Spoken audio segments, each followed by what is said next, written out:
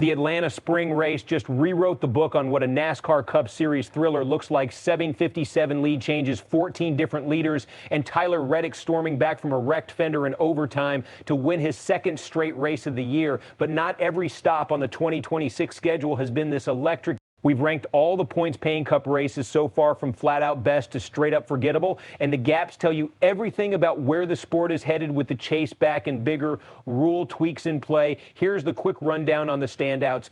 Atlanta's Auto Trader 400 was pure bedlam, Saudi massive wrecks, stage battles that mattered, and Reddick stealing it from teammate Bubba Wallace in a damaged car. Phoenix delivered tire war drama with blown rubber, punishing the aggressive teams and massive comebacks, including Ryan Blaney passing 49 cars after starting at the back twice. The Goodyear 400 at Darlington showed the new horsepower and downforce package actually works for passing, even as Reddick dominated for his fourth win in 6 weeks.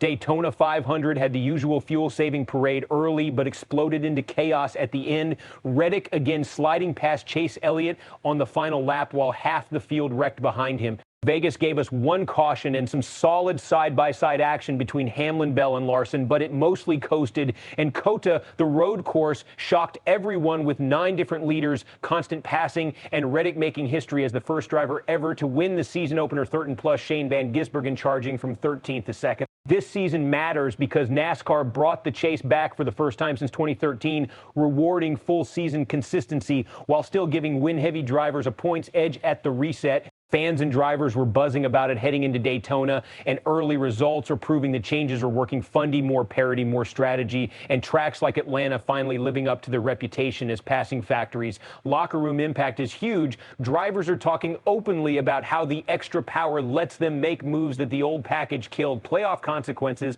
The top 16 after the regular season finale at Daytona lock in, then it's a straight 10-race sprint. A race like Atlanta can catapult a guy like Reddick into chase favorite status before the leaves even change. Now, the deep breakdown. Strategically, Atlanta and Phoenix are proving that track position still rules, but tire management and aggressive setups can flip the script in a heartbeat. The blown tire chaos in Phoenix wasn't bad luck Sooty. It was teams rolling the dice on Goodyear's wear-heavy compounds and paying the price that rewards the smartest crews, not just the fastest cars. Darlington showed the horsepower bump is delivering clean passes without turning every restart into a wreckfest. Stundy smart evolution, not overkill. Risks are real, though. Daytona's fuel-saving snooze fest early exposed how the next-gen car can still suck the soul out of the biggest race on the schedule if pack racing gets too single-file. Is this package dangerous? Not yet. But if tire failures pile up or road courses stay too processional, you risk losing the casual fans who only tune in for the crown jewels.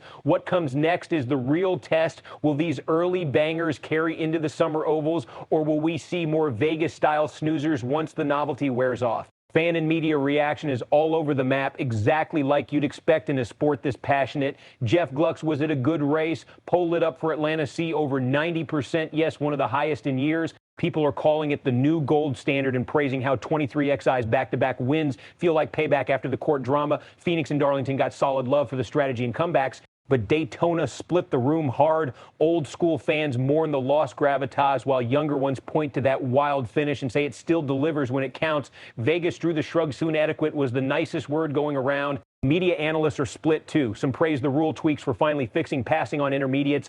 Others warn that road course results like COTA are masking bigger issues on the big ovals. Looking ahead, 2 clear paths for the rest of 2026. Best case scenario, the momentum from Atlanta and Phoenix carries through the summer. More tire strategy, more lead changes, Reddick or Larson or Hamlin stacking wins that actually feel earned. The chase becomes a dogfight where every regular season point matters. And we get that classic any given Sunday vibe fans have been begging for.